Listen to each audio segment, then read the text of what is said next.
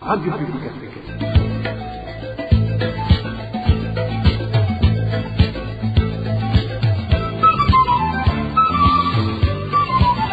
Radio Publique Africaine.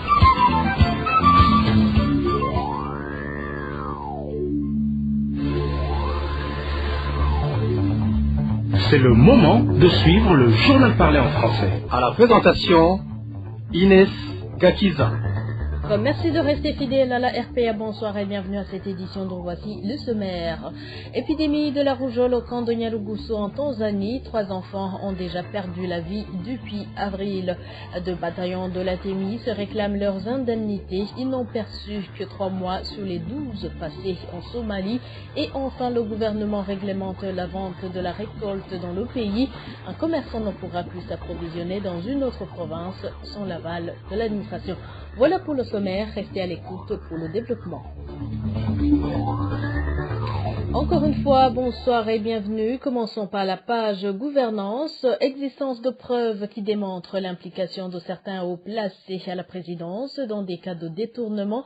Signalés dans cette institution, des détournements opérés sur le budget alloué à la construction des buildings de cette institution dans certaines provinces et pendant ce temps, des arrestations en cascade de certains employés de la présidence sont signalées par leurs collègues qui ajoutent que ceux déjà arrêtés sont victimes d'avoir dit la vérité sur ces cas de détournement. Plus de détails avec Eloge Divin, Remèche.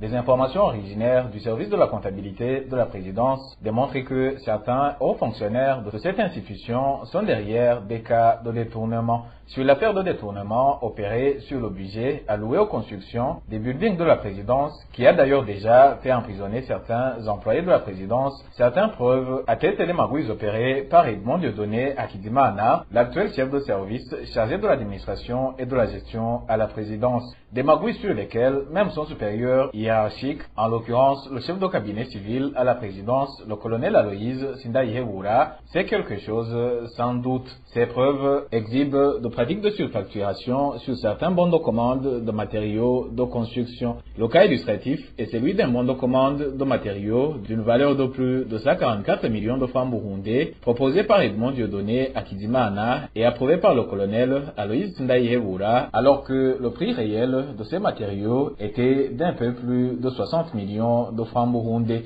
Selon des explications nous fournies par certains employés de la présidence, la surfacturation se faisait sur certains matériaux par une majoration de plus de 10 fois par rapport au prix réel. Plus grave, selon toujours nos sources, c'est une surfacturation atteignant 1 milliard de francs burundais dont les magouilles à l'origine ont d'ailleurs été exhibées par la comptable Marie-Claire Nsabimana. Des magouilles aussi opérées selon le même modus operandi. À côté de cela, il y aurait également eu des achats de matériaux de construction au prix élevé alors qu'ils n'avaient pas la qualité et la solidité requises. À titre de rappel, 2 employés de la présidence, à savoir Richard Nzishura et Marie-Claire Nzisabira, sont actuellement sous les verrous, en plus d'autres employés sanctionnés par une mise à pied. Pour ces 2 détenus, ils ont été arrêtés séparément. Richard Nzishura a été arrêté et accusé d'être derrière des cas de détournement survenus à la présidence, une accusation réfutée par ses collègues avant qu'il avait plutôt tenté de les dénoncer. C'est au moment où l'arrestation de Marie-Claire Salimana, elle-même victime de ces dénonciations contre les détournements selon ses collègues, comporte toujours des incompréhensions. Le peu d'informations dont ses collègues ont obtenu révèle qu'avant d'être incarcérée à Mimba, Marie-Claire Salimana aurait été interrogé au parquet de Mukaza du motif qui lui a poussé à aller donner son témoignage en faveur du détenu Richard Nzishura sans la permission de ses supérieurs hiérarchiques.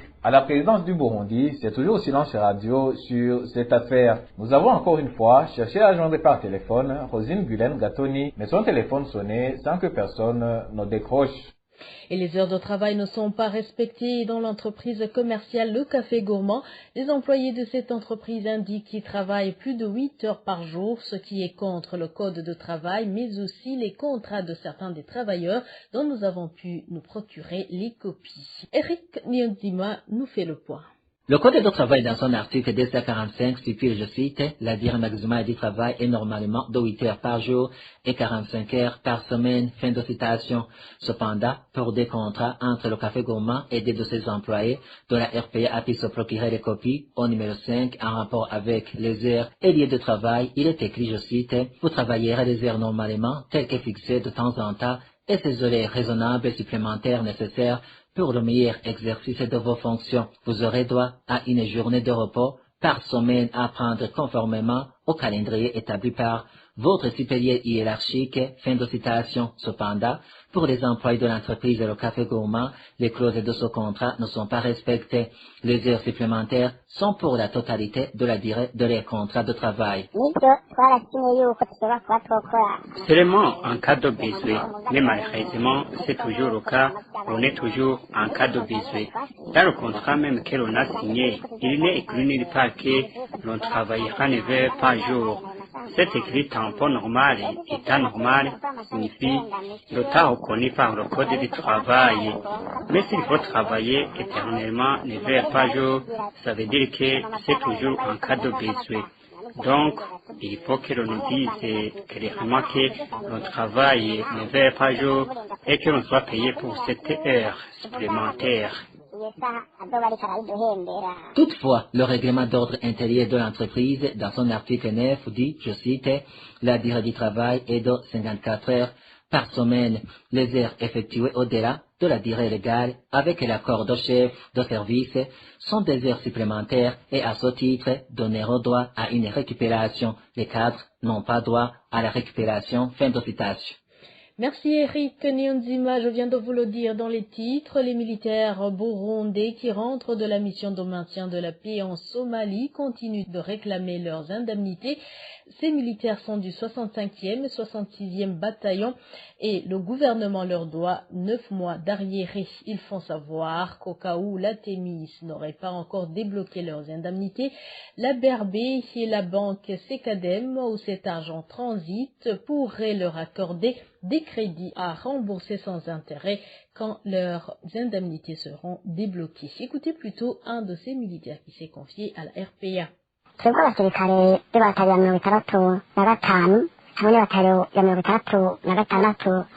Nous, militaires burundais du 65e et 66e bataillon de la Thémis, avons été accueillis au camp de Muzinda à notre retour de la Somalie. Ils nous ont indiqué de prendre congé et de rentrer chez nous. Nous leur avons demandé nos indemnités et ils nous ont signifié qu'ils ne sont pas mieux indiqués pour répondre à cette question. Nous avons alors décidé de prendre des découvertes et nous nous sommes dirigés vers nos familles respectives. Pour le moment, chacun de nous demande à son collègue de savoir si notre argent serait déjà versé sur nos comptes et tout le monde répond par la négative. Nous demandons au chef de l'état-major général de l'armée Prime Nyongabo de donner de la lumière à ce sujet. Si nos indemnités ne sont pas encore disponibles, que la Banque de la République du Burundi BRB où transite cet argent et la Banque Secadem nous accordent des crédits qui seront remboursés sans intérêt quand nos indemnités seront disponibles. Muri banki zibiri iyo nayo akaba ari banki nkuru BRB. Nous savons que lorsque nos indemnités sont transférées dans les deux banques, ils les utilisent pendant un certain temps pour gagner des intérêts. C'est pourquoi nous leur demandons de nous accorder des crédits sans intérêt pour subvenir aux multiples besoins de nos familles. Nous demandons au chef de l'état-major général Prime Nyongabo d'agir, mais aussi au gouvernement, car lorsque nous partons en Somalie, c'est pour une mission du gouvernement. Qu'ils nous traitent donc favorablement car nous savons qu'ils encaissent beaucoup d'argent grâce à cette mission. C'est vraiment une honte de partir à la maison sans aucun sou alors qu'on vient de passer toute une année en mission du gouvernement. Le manque de la lumière sur des sujets qui nous concernent, c'est aussi une autre question qui nous préoccupe. Ces militaires demandent également au chef de l'état-major général de l'armée, général Prime Nyongabo, de sortir de son silence et d'éclairer les concernés sur le montant qu'ils devraient percevoir chaque mois en Somalie. Ils affirment avoir été surpris d'apprendre que ceux qui les ont remplacés ont été obligés de signer qu'ils avaient été payés en 2020 un montant de loin supérieur à celui qu'ils ont obtenu. Écoutez encore une fois un de ces militaires qui s'est entretenu avec la rédaction de la RPA.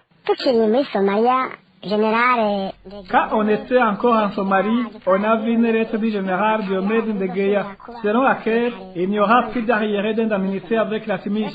On croyait alors qu'il n'y aura pas encore d'arriérés sur nos salaires, mais nous avons été surpris. Nous demandons au chef de l'état-major, Prime Nyongabo, de nous donner des éclaircissements, qu'il nous donne également de la lumière à propos des listes de paye que les militaires qui nous ont remplacés, ceux du 70e et 71e bataillon, ont été obligés de signer avant de partir. Nous avons appris qu'ils ont été contraints de signer qu'ils avaient touché en 2020 1 700 000 par mois, un montant de loin supérieur à celui qu'ils ont réellement obtenu. Nous pensons qu'ils envisagent, avant de verser nos indemnités sur nos comptes, de nous imposer, nous aussi, de signer sur ces listes de paye fictives, indiquant que nous avons touché 1 700 000 par mois. Je pense qu'il n'y a pas de secret. Qu'ils le disent ouvertement car personne ne peut refuser d'affirmer qu'il y a des magouilles qui se commettent au sein de l'armée burundaise. Ils nous intimident en indiquant que les radios indépendants auxquels nous nous adressons ne vont rien nous aider, mais ils se trompent car tout le monde est aujourd'hui au courant que les responsables de l'armée burundaise sont des voleurs qui détournent les salaires des militaires. Chaque commerçant qui voudra acheter les produits vivriers pour les vendre ailleurs devra d'abord demander l'autorisation au gouverneur de la province d'approvisionnement, annonce faite ce mardi par le ministre de l'Intérieur dans une réunion avec les gouverneurs. Martin Niteletse a précisé que cette mesure ne concerne pas les citoyens qui s'approvisionnent dans d'autres provinces pour la consommation.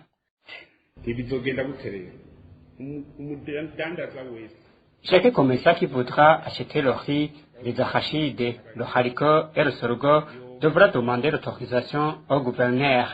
Comment est-ce qu'il donnera cette autorisation? Le commerçant écrit une lettre dans laquelle il mentionne la quantité de haricots qu'il peut acheter. Par exemple, à Kirundo, il doit également préciser la marque du véhicule et l'identité du chauffeur chargé du transport de cette marchandise. Le maire de la ville, après avoir vérifié si réellement le demandeur est un commerçant, car il y en a qui mentent, il va apposer sa signature avec un cachet sur le même document. À Kirundo, il va faire signer le même document chez le gouverneur de province. Cela lui permettra d'acheter la quantité de récolte qu'il a écrite. Cela concerne les commerçants. Pour ceux qui veulent une petite quantité, 20, 30, 40 kilos, cela ne pose pas de problème. Il y en a même qui ont des moyens. Quelqu'un peut acheter 100 kilos. Ou s'il a une fête, il n'est pas non plus concerné. Quel est notre objectif? Nous voulons savoir la quantité de la récolte que nous avons dans le pays. Nous voulons aussi protéger notre récolte pour qu'il n'y ait pas de fuite à l'extérieur à notre insu.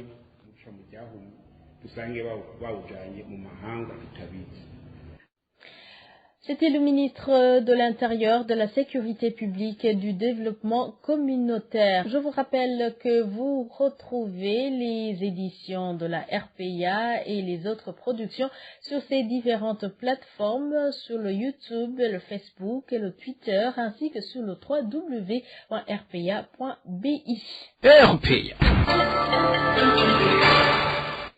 Un militaire du camp Mutukura de la province Changuzo a été retrouvé mort ce mercredi matin à l'hôtel Get Up. Les sources sur place indiquent qu'ils ignorent encore la cause de la mort du caporal-chef Vianney Dusabeyezu, mais que la fille avec laquelle il avait passé la nuit a été arrêtée par la police pour des raisons d'enquête. Le corps du militaire est actuellement à la morgue de l'hôpital Changuzo. Et en droit de l'homme, la Ligue ITK a pu répertorier 3 cas d'assassinat, 6 cas de violation basés sur le genre, au cours de la semaine du 29 au 4 juin cette année 2023. Parmi ces assassinats, une femme tuée et une fille portée disparue, comme l'indique Louis Vitier-Célestin, agent du chargé de la communication à la Ligue ITK. La Ligue burundaise des droits de l'homme ITK vient de publier son bulletin hebdomadaire numéro 372 de la semaine du 29 mai au 4 juin 2023. Au cours de cette période, la situation des droits de l'homme a été rapportée comme suit. Au moins 3 personnes tuées, dont des retrouvés cadavres, 6 victimes de violences basées sur le genre, 2 personnes enlevées et ou portées disparues et 13 personnes arrêtées arbitrairement. Parmi les victimes de ce bulletin figure une femme tuée et une fille portée disparue. Des présumés auteurs de ces violations des droits humains sont des membres de la milice Imbonerakure, des agents du service national de renseignement et des policiers. Ce bulletin relève des cas d'atteinte au droit à la vie, à l'intégrité physique et à la liberté. La Ligue ITK demande à l'État de punir les auteurs de ces violations des droits de l'homme. Santé à présent, le personnel de la santé dans certains dispensaires du district sanitaire de la province de Luyigi s'inquiète suite à la pénurie du carburant qui vient de durer 2 semaines. Selon ce personnel, cette pénurie risque de causer des pertes de vie humaines pour ceux qui cherchent à se rendre à l'hôpital en cas d'urgence. Les ambulances ne peuvent plus faire leur travail, ce qui pousse les patients en état critique à faire recours à n'importe quel moyen de transport pour se rendre à l'hôpital. Marie-Ange Gakodze. Nous demandons secours. Nous demandons à chaque personne qui en est capable de dire au gouvernement de nous venir en aide sur le problème de pénurie de carburant. Il s'agit de l'un des membres du personnel du district sanitaire de Kinyinya dans la province de Luyigi qui demande au gouvernement de disponibiliser le carburant des ambulances. Ainsi, les malades en état critique pourraient être conduits dans les hôpitaux compétents et sauvés. Selon ces infirmiers, la situation devient souvent compliquée lorsqu'il s'agit de déplacer une femme enceinte. Avoir un moyen de transport pour ce genre de cas est un sérieux problème. Souvent, on fait recours à d'autres véhicules simples. Ces derniers aussi ne sont pas faciles à trouver, surtout que la population est dans la misère. Cet infirmier témoigne. C'est lié au carburant car c'est très inquiétant, surtout quand il s'agit d'évacuer une mère enceinte vers l'hôpital. S'il est question d'évacuer une mère qui est déjà au travail et que nous voulons la transporter vers un autre hôpital sans ambulance, la situation devient compliquée. Dans d'autres cas, il est même difficile de trouver une voiture de type Probox pour les déplacer. Souvent, nous nous rendons au chef-lieu de la province de Luyigi à Kinyinya à la recherche d'un véhicule. Là aussi, tu dois négocier avec les riches propriétaires de ces véhicules pour qu'ils t'aident à transporter ton malade. En plus de cela, il ne faut pas oublier la pauvreté qui n'est plus un secret au sein de la population. La vie est quelque chose qu'il faut prendre avec soin parce qu'une fois perdu, on ne la récupère plus. Nous vous prions de nous venir en aide, s'il vous plaît.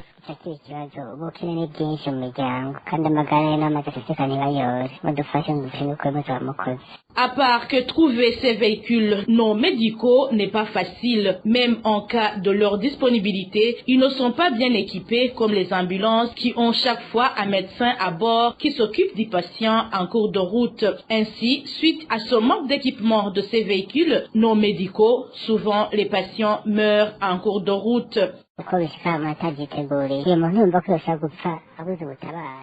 Les cas d'urgence arrivent de façon inattendue. Vous comprenez que quelqu'un peut perdre la vie à cause du manque de secours. Il peut aussi mourir en cours de route du fait que ces véhicules non médicaux qu'on utilise ne lui aident en rien avant d'arriver à l'hôpital. Cela arrive surtout aux patients qui ont besoin d'une assistance avant d'atteindre les hôpitaux. Mais avec une ambulance, il y a quelquefois un médecin à bord qui soigne le patient avant d'arriver à l'hôpital. Vous comprenez qu'avec un véhicule de type Probox ou une moto, un patient ne peut rien avoir comme assistance en cours de route. Ainsi, il peut mourir car aucun médecin n'est présent, ce qui n'est pas le cas avec une ambulance.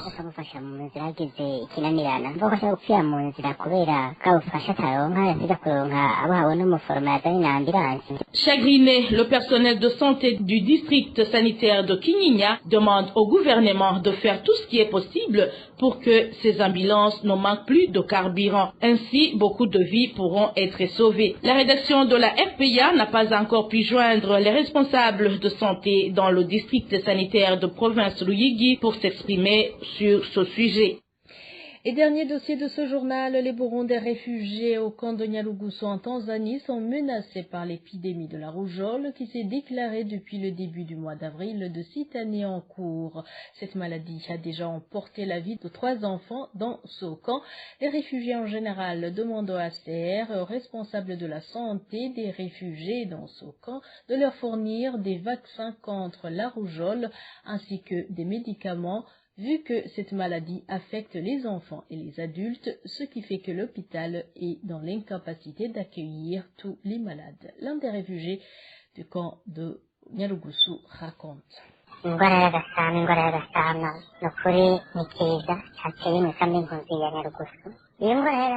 La rougeole est vraiment une épidémie qui s'est déclenchée au camp de réfugiés de Nyarugusu. Cette maladie a commencé à s'observer au début du mois d'avril. Certains enfants ont manifesté des symptômes de la rougeole, à savoir l'éruption cutanée, une toux sèche, de la fièvre et la rougeur des yeux. Les gens ont commencé à dire que c'était la rougeole, mais nous avons banalisé ces cas en croyant que ce n'était pas grave.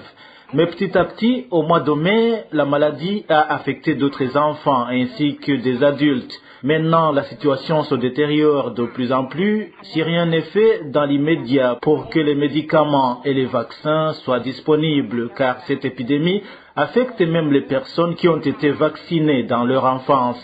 C'est très grave. L'hôpital est plein d'hommes, de femmes et des enfants qui ont été infectés par cette maladie. La maladie a déjà emporté la vie de 3 enfants, un de nationalité congolaise et 2 autres de nationalité burundaise. Il n'y a pas d'adulte qui en est mort, mais ça fait très peur vu comment la maladie se propage très vite dans le camp. Les réfugiés se contaminent entre eux, étant donné que la rougeole est très contagieuse selon les médecins. Pourtant, il n'y a rien qui est en train d'être fait pour que les vaccins soient disponibles. Ainsi, nous demandons au HCR et aux responsables du domaine de la santé en Tanzanie, spécialement les responsables de la santé dans les camps des réfugiés, de se dépêcher pour trouver des vaccins contre cette maladie. Sinon, les réfugiés vont mourir comme des mouches. Les patients qui sont alités à la maison sont nombreux. Ceux qui sont à l'hôpital sont également nombreux. Qu'on nous interdit même de voir nos malades pour éviter que les gens continuent à se faire contaminer.